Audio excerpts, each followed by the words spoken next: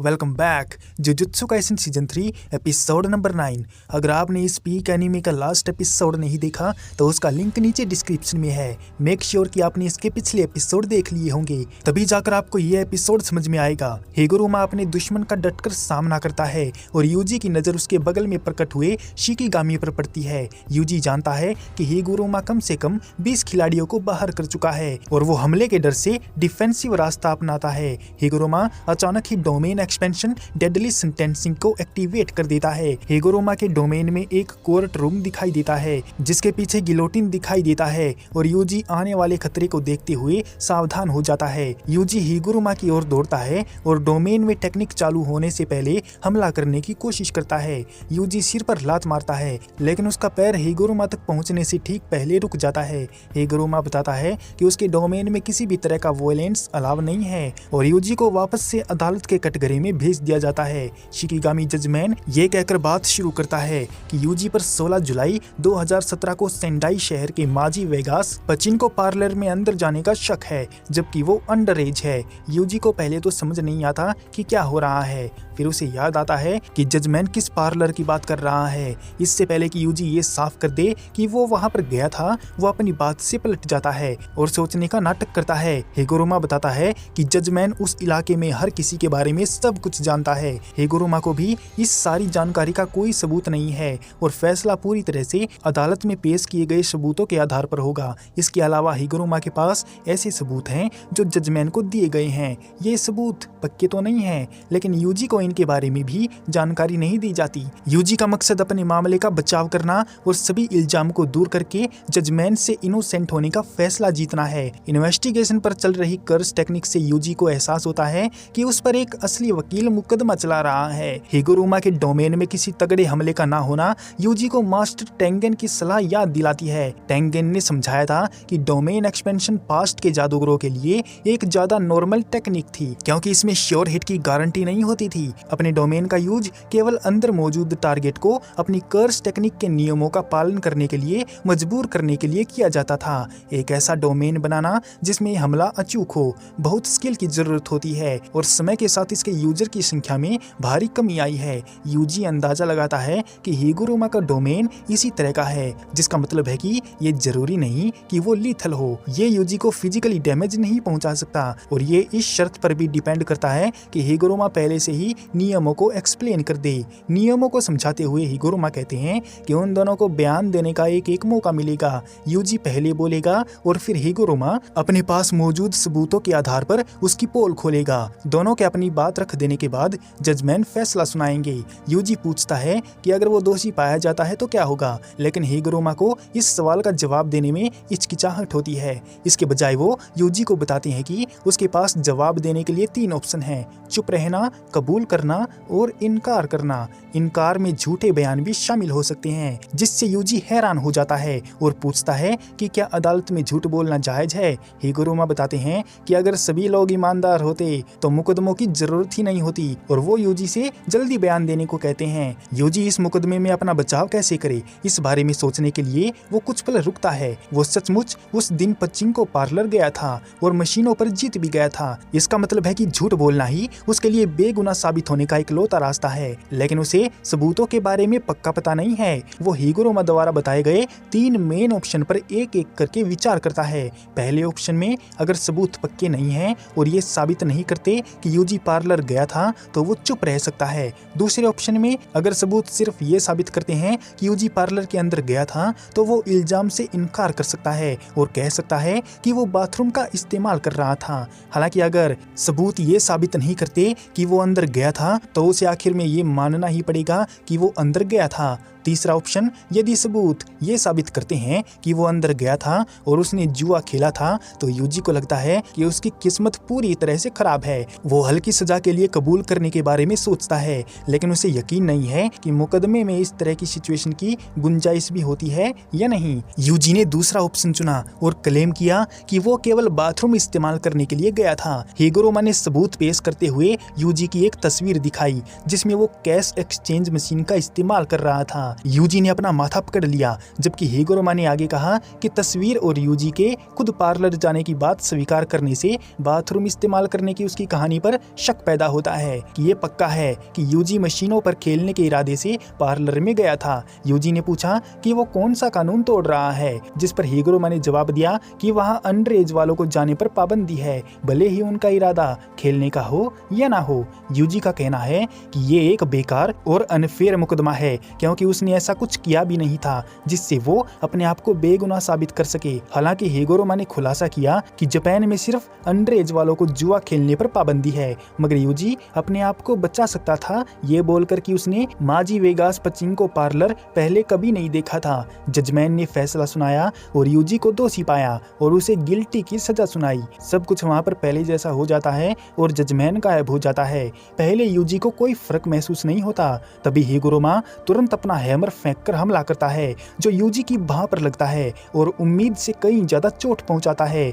हिगुरोमा करीब आता है और अपना हथौड़ा वापस से हाथ में बुला लेता है। वो कर्स एनर्जी से उसे भरकर उसका साइज बढ़ाता है और यूजी पर अटैक कर देता है। यूजी थिएटर की कई सीटों से टकराता हुआ गिरता है और देखता है कि हिगुरोमा की कर्स टेक्निक हथौड़े को भी कंट्रोल कर सकती है। यूजी उठता है और महसूस करता है कि इससे भी बुरी बात यह है कि उसने कर्स एनर्जी को कंट्रोल करने की ताकत खो दी है। हिगुरोमा मानता है कि यूजी अब तक उसके हमले को झेलने में कैपेबल है और यूजी भी मानता है कि यही एक अच्छी बात है कि वो अटैक से बच रहा है। हिराओमी हिगुरोमा 36 साल का आदमी है और इवाते बार एसोसिएशन का मेंबर है। उन्होंने अपनी ग्रेजुएशन पूरी की और आने वाली पढ़ाई को भी अच्छे से क्लियर किया। यूजी पर लगातार हमले करते हुए हिगुरोमा ने अपने हथौड़े से यूजी पर जोरदार वार किया। यूजी पीछे हटकर बच जाता है, लेकिन हिगुरोमा ने हथौड़े को अपने दूसरे हाथ में ले लिया, जिससे वो तुरंत फिर से हमला करता है। हिगुरोमा यूजी से लड़ाई करते हुए अपने हैमर को एक से दूसरे हाथ में बदलता रहा और अटैक करता रहा। यूजी बाल हमलों से बचा और कोहनी से पलटवार करने की कोशिश की। हिगुरोमा ने हथौड़े का साइज बदलकर उसे एक लचीले हुक में बदल दिया और उसे यूजी की भीतरी कोहनी के चारों ओर लपेट दिया। फिर यूजी को दूर फेंक दिया और हैमर को वापस छोटे साइज में कर दिया। हिगुरोमा ने जादूगर के रूप में अवेकन होते ही डोमेन को हासिल कर लिया था और उसको एनालाइज करके उसने अपना डिफेंस सीख भी लिया। काफी आसानी से उसने इस टेक्निक में मास्टरी कर ली और 12 दिनों के अंदर ही फर्स्ट ग्रेड का सोर्सरर बन गया और उसने टोक्यो नंबर 1 कॉलोनी में एंटर करने से पहले ही कई सारी स्पिरिट और कर्स यूजर को खत्म कर दिया। यूजी पर दोबारा हमला करने से पहले हिगुरोमा उससे पूछता है कि क्या वो अपनी कर्स एनर्जी को कंट्रोल नहीं कर सकता। यूजी उलझन में है क्योंकि हिगुरोमा ने ही तो ऐसा किया है, लेकिन जाहिर तौर पर गिल्टी की सजा सामने वाले की कर्स टेक्निक को ब्लॉक कर देती है और यूजी के पास कोई इनेट टेक्निक नहीं है, इसलिए वो अपनी एनर्जी का इस्तेमाल नहीं कर पा रहा है। ये बात हिगुरोमा को टेंशन में डाल देती है क्योंकि यूजी अब तक कैसे बच पाया है, लेकिन वो जल्दी ही पता लगा लेता है कि ये सब उसकी फिजिकल स्ट्रेंथ की वजह से ही है और ये बात काफी खतरनाक भी है क्योंकि जो बंदा अपनी एनर्जी के बगैर भी उसका सामना कर रहा है उसको अंडर एस्टिमेट नहीं किया जा सकता। यूजी को पूरी ताकत से कुचलने के इरादे से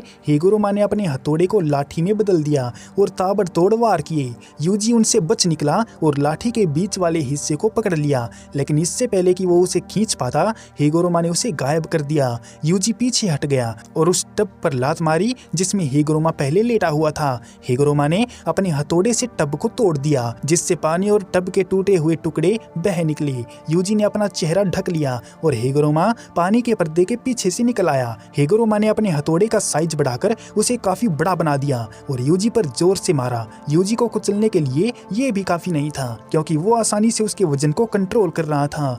हिगुरोमा ये देखकर काफी ज्यादा सरप्राइज होता है। हालांकि यूजी जानता है कि वो तगड़ी मुसीबत में है और इसको ज्यादा देर तक नहीं झेल सकता और बड़े हथौड़े के वजन के नीचे ज्यादा देर नहीं टिक पाएगा। यूजी को हिगुरोमा की टेक्निक काफी ज्यादा खतरनाक लगती है और वो इससे बचने का रास्ता ढूंढने लगता है, पर तभी उसे याद आता है कि इस वकील ने उसको 3 रास्ते बताए थे, इसलिए वो जल्दी से उनमें से एक रास्ता चुन लेता है और हिगुरोमा का नाम पुकारते हुए रीट्रायल करने को बोलता है। इतना कहते ही वो दोनों डोमेन के अंदर चले जाते हैं और डोमेन के रूल के मुताबिक वहां पर कोई भी वायलेंस अलाव नहीं है, इसलिए यूजी राहत की सांस लेता है। हिगुरोमा देखता है कि यूजी उसकी टेक्निक को समझने लगा है। जज ने यूजी को गिल्टी होने की सजा सुना दी है, इसलिए अगर यूजी सीधे तौर पर अपना गुनाह कबूल नहीं करता तो वो रीट्रायल की रिक्वेस्ट कर सकता है, जिसे मना नहीं किया जा सकता। अगले मुकदमे इतने में जज अनाउंस करता है कि यूजी पर 31 अक्टूबर 2018 को शिबुया में हुए एक साथ कई सारे लोगों को मारने का इल्जाम है।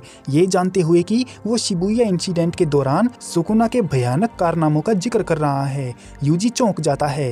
हिगुरोमा को सबूत मिलते हैं, लेकिन इससे पहले कि उसे बोलने का मौका मिले यूजी तुरंत अपना गुनाह कबूल कर लेता है। वो झूठ नहीं बोलेगा और जो हुआ उसे मानने से इनकार कर देगा, जिससे वकील भी हैरान रह जाता है। गुस्से से लाल आंखों वाला जज यूजी को गिल्टी साबित कर देता है और यूजी को डेथ पेनल्टी के साथ साथ उसकी एनर्जी भी छीन लेने की सजा देता है। जब हिगुरोमा लॉ स्कूल में पढ़ाई करते थे तभी उनके एक क्लासमेट ने उनसे कांटेक्ट किया, जिन्हें वो योशिजावा कहते थे। हिगुरोमा को लगा कि वो उनसे कुछ बात करना चाहता होगा, मगर योशिजावा उसको जज बनने के लिए फोर्स कर रहा था, लेकिन हिगुरोमा को इसमें कोई भी इंटरेस्ट नहीं था।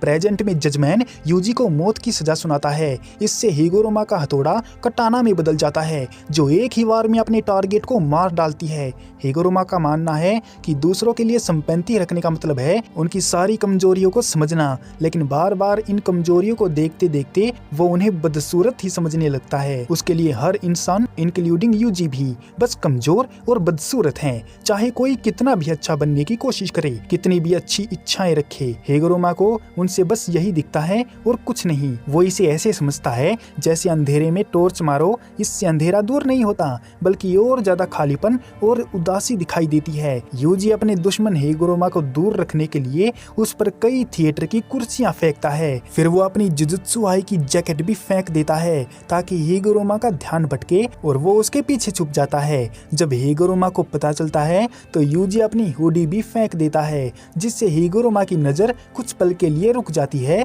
और वो अंधा हो जाता है। यूजी जोर से किक मारता है लेकिन हिगुरोमा बच जाता है। फिर यूजी नीचे से अपर कट मारने की कोशिश करता है। ठीक उसी वक्त हिगुरोमा अपनी एग्जीक्यूशनर स्वॉर्ड उस पर वार कर देता है। हिगुरोमा ने पहले योशिजावा के साथ कन्वर्सेशन में जज बनने से मना कर दिया था, क्योंकि उसको लगता था कि उसको इस बात का लालच नहीं है। उसका हमेशा मानना था कि इंसान कमजोर और बदसूरत होते हैं, लेकिन वो इस कमजोरी को महत्व देते हैं क्योंकि यही इंसानों की खासियत है।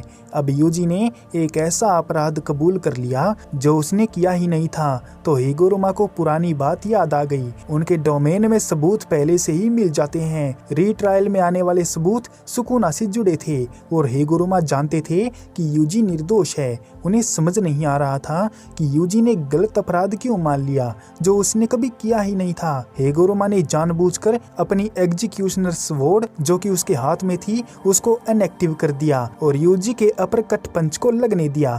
वो जोर से सीटों पर जा गिरा, जिससे यूजी हैरान हो गया। गिरने के बाद हिगुरोमा ने कहा कि अपने आप से कुछ न करना कमजोरी की निशानी है। फिर उसने समझाया कि सुकुना ने उसकी बॉडी पर कब्जा कर लिया था और यूजी ने खुद से उसको कंट्रोल नहीं दिया था, इसलिए वो निर्दोष है। लेकिन यूजी इसे ऐसे नहीं देखता। वो अब भी सारी मौतों की जिम्मेदारी अपनी कमजोरी पर डालता है। हिगुरोमा समझ गए। यूजी ने पूछा कि उसने अपनी कर्स टेक्निक क्यों बंद की। हिगुरोमा उठता है और बोलता है कि उसे याद आ गया कि उन्होंने कानून की पढ़ाई क्यों की थी। अभी भी बहुत से कमजोर लोग हैं जिन्हें मदद चाहिए, इसीलिए ही हिगुरोमा यूजी को अपने पॉइंट देने के लिए राजी हो जाता है। कपड़े पहनने के बाद हिगुरोमा ने यूजी को बैठने को कहा। फिर पूछा कि क्या उसने कभी अपनी मर्जी से किसी को मारा है। यूजी ने सीरियस होकर कहा, हाँ मैंने मारा है। हिगुरोमा ने उस बंदे ओए के मुकदमे और जज की हत्या का जिक्र करते हुए पूछा कि क्या उस घटना पर भी उसे पछतावा हुआ था। इसके बाद हिगुरोमा कोगाने से कहता है कि वो कलिंग गेम में एक नया रूल ऐड कर दे, जिससे प्लेयर आपस में अपने पॉइंट्स को एक दूसरे को ट्रांसफर कर सकें। इससे कर्स टेक्निक हटाने वाले स्कोर की गिनती भी बदल जाएगी, यानी कि अब कोई 19 दिनों के अंदर नहीं मरेगा। यूजी इंतजार करता है कोगाने के उस रूल को ऐड करने के लिए, लेकिन उसको साथ में डर भी था कि कोगाने उसको डिनाई ना कर दे। पर तभी कोगाने उस रूल को ऐड कर देता है और यूजी राहत की सांस लेता है। यूजी खुश हो जाता है। हिगुरोमा तुरंत अपना 1 पॉइंट यूजी को दे देता है। अब दोनों के पास इतने पॉइंट हो जाते हैं कि वो अगले 19 दिन तक अपना काम चला लेंगे और कलिंग गेम के नियम उनको इफेक्ट नहीं करेंगे। हिगुरोमा जाने लगता है और अलविदा कहता है। यूजी पूछता है, अब तुम क्या करोगे? हमारी हमारी मदद कर दो यार, अपनी ताकत से लड़ाई में हमारा साथ दो। हिगुरमा बताता है कि टोक्यो आने से पहले ही उसने एक जज और एक और आदमी को मार डाला था। वो अपनी गलती की जिम्मेदारी लेना चाहता है। जैसे ही बैरियर खुलेगा वो खुद को पुलिस के हवाले कर देगा। वो कहता है कि यूजी के साथ रहना उसे और भी बुरा लगेगा, क्योंकि इससे वो खुद से और ज्यादा नफरत करेगा। इतना बोलकर हिगुरमा चला जाता है। यूजी अकेला रह जाता है और दुखी होकर अपने ही विचारों में खो जाता है। दूसरी तरफ रेगी मेगुमी की तारीफ करता है। वो कहता है कि मेगुमी के शिकिगामी देखकर ही पता चल जाता है कि वो कितना ताकतवर है। असल में रेमी का इस्तेमाल लोगों को लुभाने के लिए कर रहा था। अगर कोई प्लेयर उसके लिए फायदेमंद नहीं होता तो वो उसे मार देता है। रेगी मेगुमी को अपने ग्रुप में शामिल होने के लिए कहता है और पूछता है कि वो क्लिंग गेम के बारे में कितना जानता है। मेगुमी टेंगेन का नाम लिए बिना बताता है इस रिचुअल में जापानी लोगों को दूसरी दुनिया में ले जाने के लिए है, ताकि वो इंसान की नस्ल से काफी ऊपर उठ जाएं। रेगी हंसता है और पूछता है, क्या तुम केंजाकू को जानते हो? मेगुमी हैरान हो जाता है, लेकिन उसे पहले से अंदाजा था कि केंजाकू से जुड़ा कोई ना कोई जादूगर उससे मिलेगा ही। रेगी समझाता है कि रिचुअल सिर्फ दिखावे होते हैं, केंजाकू का असली मकसद कुछ और है। उसके 3 मेन कारण हैं: प्लेयर्स की बहुत ही कम संख्या, ताकत में बहुत बड़ा फर्क और खेल के नियम। अगर 1000 प्लेयर 10 कॉलोनियों में बटे हों तो हर कॉलोनी में कम से कम 100 खिलाड़ी होंगे, लेकिन हाजिमे कासिमो और हिगुरमा जैसे बहुत ताकतवर लोग इस गेम में मौजूद हैं। इन दोनों ने मिलकर सिर्फ 12 दिनों में ही लगभग 60 लोगों को मार दिया, यानी कि अब एक कॉलोनी में 40 लोग ही बचे। मेगुमी को समझ आता है कि टोक्यो नंबर 1 कॉलोनी में उसके आने के बाद से शांति क्यों थी। वो पूछता है, क्या ताकतवरों ने पहले ही कमजोरों को खत्म कर दिया? क्या अब खेल रुक जाएगा? रेगी कहता है, हाँ, टोक्यो की दोनों कॉलोनियों में ऐसा हो चुका है। ये ट्रांसफर सिर्फ प्लेयर को फैलाने के लिए नहीं है, बल्कि मॉडर्न सोर्सरर की कर्स टेक्निक को फिर से जगाने के लिए है और लंबी लड़ाई के रिचुअल से ज्यादा फायदा होता है। रेगी को यकीन है कि जब सिर्फ ताकतवर प्लेयर बचेंगे तब केंजाकू उन सब पर एक बड़ा हमला करेगा। तब तक रेगी अपने पॉइंट जमा करता रहेगा और साथी बनाता रहेगा। बात नहीं बनती, रेगी का ग्रुप मेगुमी पर अचानक हमला कर देता है। मेगुमी पूछता है कि रेमी इसमें कहाँ फिट होती है, क्योंकि उसमें तो कोई इतनी बड़ी ताकत है नहीं। रेगी कहता है, एक लड़की होने से लोग उस पर विश्वास कर लेते हैं और उसके पीछे पीछे आ जाते हैं। मेगुमी पूछता है, क्या उसे इस्तेमाल करने के बाद मार दोगे? रेमी कहती है, वो मेरा असली डिफेंसर है, वो मुझे नहीं मारेगा। मेगुमी उसकी बात को अनसुना कर देता है। फिर मेगुमी कहता है, नया रूल ऐड हो गया है, अब पॉइंट को ट्रांसफर कर सकते हैं। तुम सब अपने पॉइंट मुझे दे दो, तब जाकर मैं तुम लोगों के साथ जुड़ जाऊंगा। रेगी कहता है, अगर तुम जान से मारने के लिए नहीं लड़ोगे तो तुम्हारी मौत पक्की है, समझ लो। फिर उनकी बात खत्म हो जाती है और चिजुरो नाम का लड़का मेगुमी के पीछे से हमला करता है। मेगुमी उसकी शैडो में गायब हो जाता है। मेगुमी डिवाइन डॉग टोटलिटी से रेगी पर हमला करवाता है और चिजुरो हेरे को पकड़कर इमारत से नीचे फेंक देता है और वो न्यूए को भी हमला करने के लिए ऑर्डर देता है। रेमी को पता चलता है कि न्यूए पूरे टाइम छिपा हुआ था। मेगुमी रेमी को वार्निंग देता है, मुझे दोबारा अपना चेहरा मत दिखाना। पर तभी अचानक से 2 चाकू उसके डिवाइन डॉग के मुंह में आकर लग जाते हैं।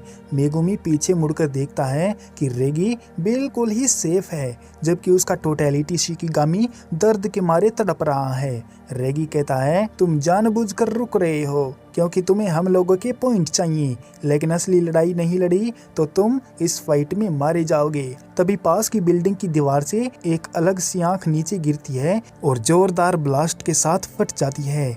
इसी के साथ ये एपिसोड यहीं पर खत्म हो जाता है। फिलहाल के लिए इस एपिसोड को यहीं पर एंड करते हैं। अगर आपको ये वीडियो पसंद आया तो हमें कमेंट करके जरूर बताइएगा। मिलते हैं नेक्स्ट एपिसोड में, तब तक के लिए सायोनारा।